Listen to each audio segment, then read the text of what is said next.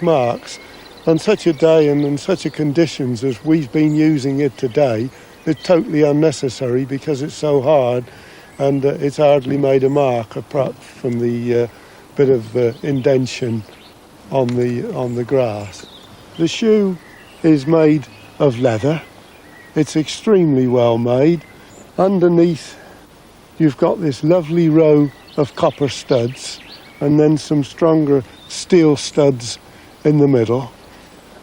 And it was put on the ground and the horse's hoof was lifted up and put in, and then the buckles was tightened up afterwards. The wide expanse of lawns was one thing. The maintenance of the parterre, with its complex flower beds, quite another. Here, small machines and hand tools were the order of the day.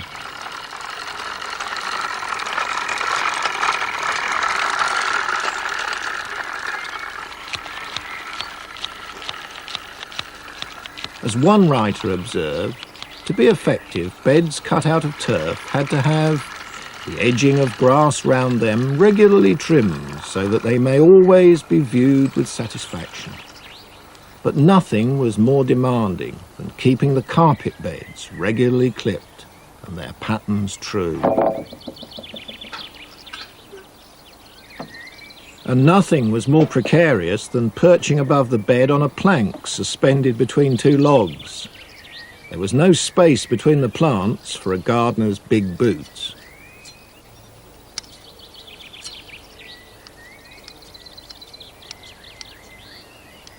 As events turned out, of course, we had to do it every fortnight. But then I ran into another snag which added to our problems. The dry weather caught up with us, and it was perfectly obvious that some of the items were suffering from the dry weather. So on had to go the irrigation. The plants immediately responded to the irrigation, but that also brought on the problems. Instead of running a fortnight, it had to be done in only just over the week. So it was very labour intensive until we got out of August.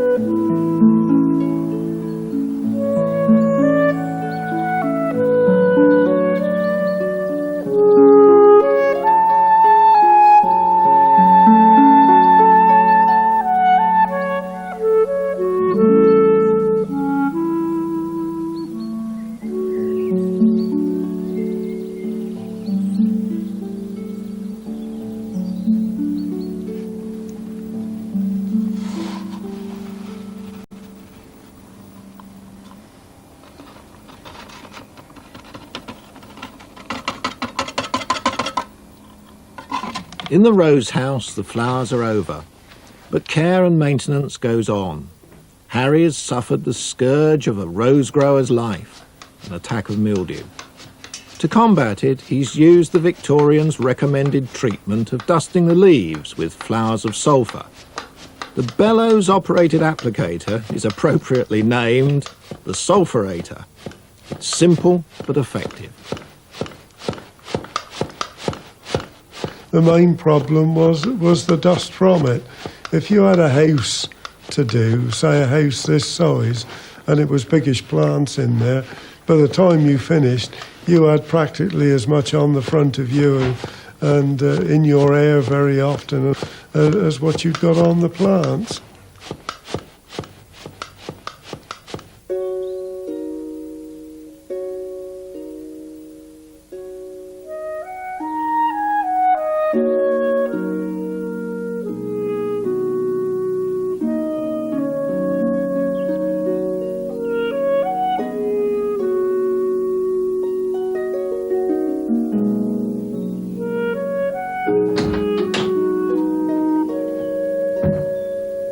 Taking a break from maintenance work, Harry removes some plantlets from the fern Asplenium bulbiferum. Once propagated, they will become useful parlour plants. The Victorians had a great passion for cultivating ferns. They showed them off indoors, they built special glass houses for them, they grew them in the garden. Yet of all the crazes that swept Victorian England, none was so pernicious as that of fern collecting. For 20 years, until the 1870s, hordes of amateur enthusiasts scoured the countryside in search of novel forms. They were eminently respectable, doctors, clergymen, ladies of impeccable character, yet they did immense harm, causing several ferns to become extinct in the wild.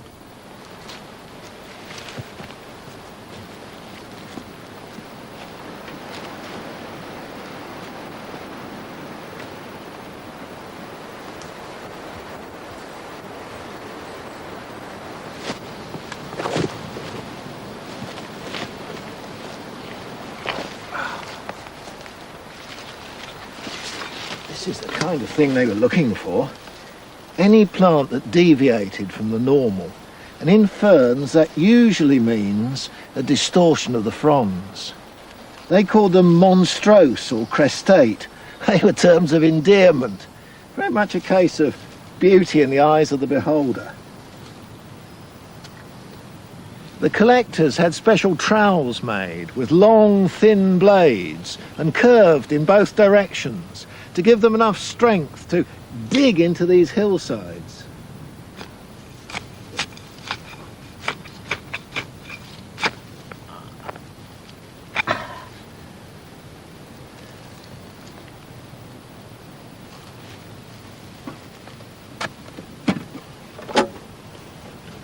Specimens were carried home, safe and fresh, in the Victorian plant collector's holdall, the vasculum. I've permission to dig up a specimen from the collection growing on this hillside, but of course after filming, I'll replant it.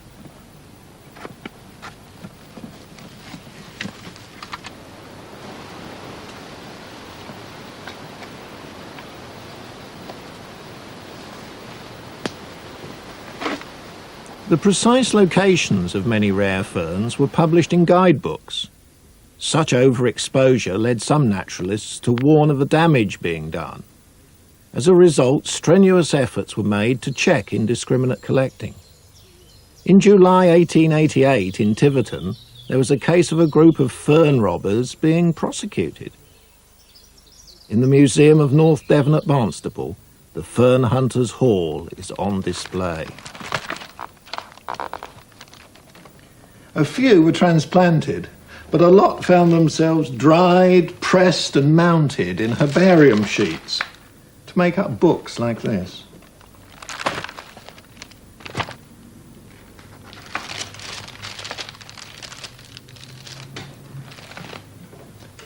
The craze produced literally hundreds of titles, a whole library of books, from the serious to those for the amateur. But it didn't end at that. Fern fronds became one of the most popular forms of decoration. When you sat at your dining table, the very cloth was embossed with them. And the bread dish is decorated with sprigs of maidenhair fern. The butter dish, and even the Stilton cheese, resides beneath them. The silversmith joined in.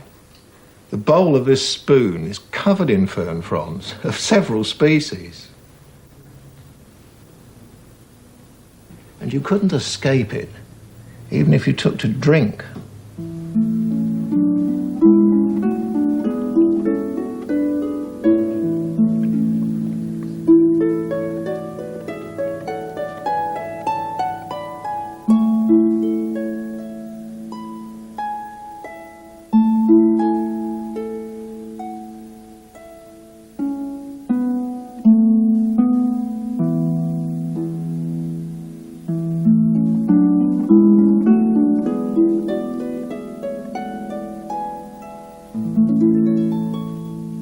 Some ferns found their way to even stranger places.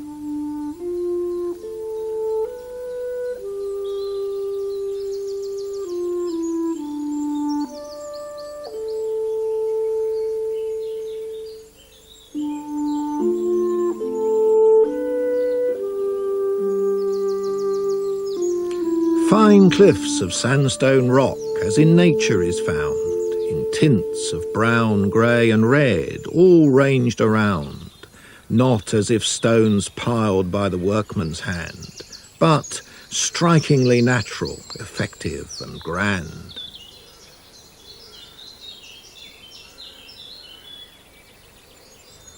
Along garden-esque paths that endure for all time, formed by curves that do with grace combine, through rugged arches of rock to pass in and out by an undulating way, winding round about. Words written not by a romantic poet, but by a builder. His name was James Pulham, and this is a sample of his work. Alongside their obsession for collecting ferns, the Victorians were equally enthusiastic about building deep ravines and high cliffs in their gardens. We may think these places exaggerated, more like a Hollywood film set than the gentle art of gardening, but they loved them, and not least because it gave them the opportunity to show off their fern collections. This is the rock garden at Madresfield Court. And if you're wondering how many hundreds of tons of rock must have been quarried to build this place, the answer's none. Because believe it or not, it's all handmade. The Pulhams advertised widely and would travel to a prospective site to assess what rocks were needed.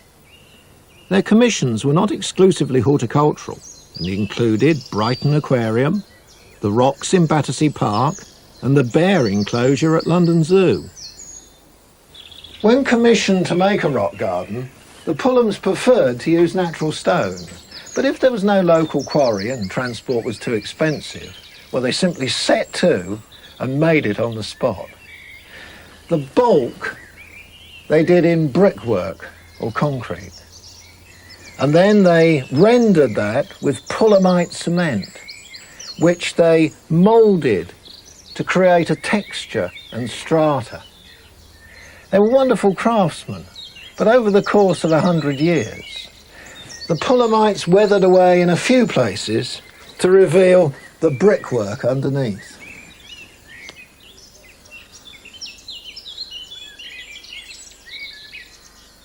If you look carefully, you can still make out Pulham's name scratched in wet cement by one of his workmen.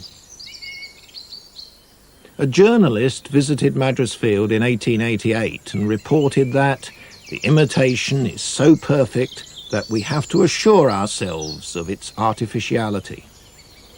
But it wasn't long before gardeners started to question just how satisfactory these shallow pockets in the Pulhamite really were when it came to growing their favourite plants. They're a bit like flower pots, and although they hold enough soil, they hardly reproduce the conditions that ferns and alpines would experience in nature, where their roots would ramify through the cracks and crevices in the stones.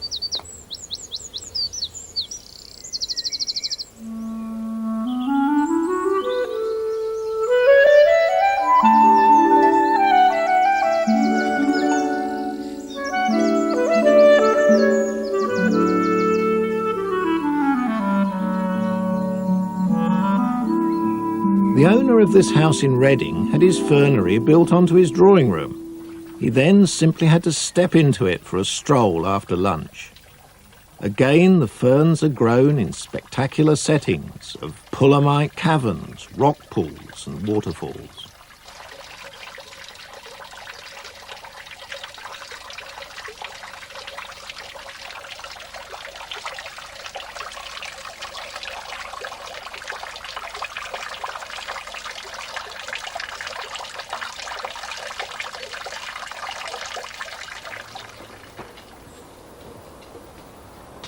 But it was the creating of an outdoor fernery that was a particular favourite, perhaps because it was the easiest to establish.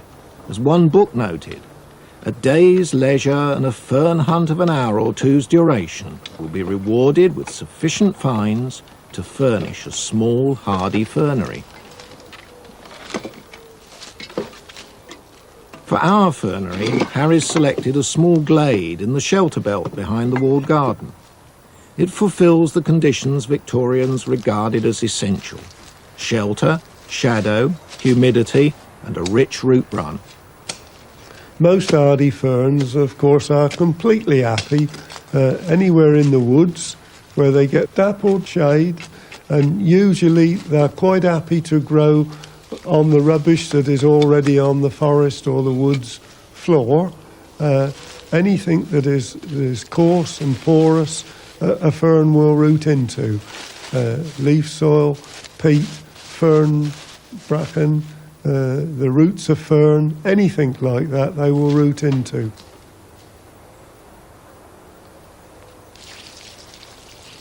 Hardy ferns, of course, are, as the word says, they are hardy. They will tolerate anything that the English climate can throw at them.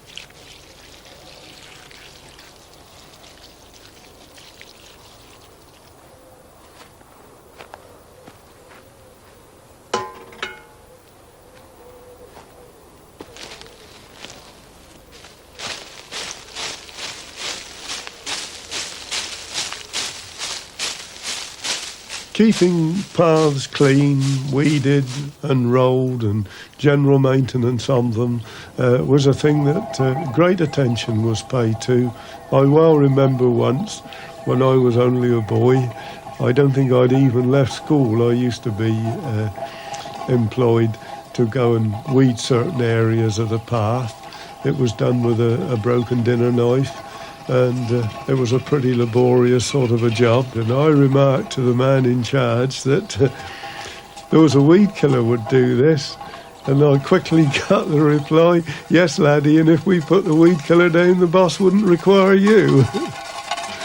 The Nats picture, it was really miserable.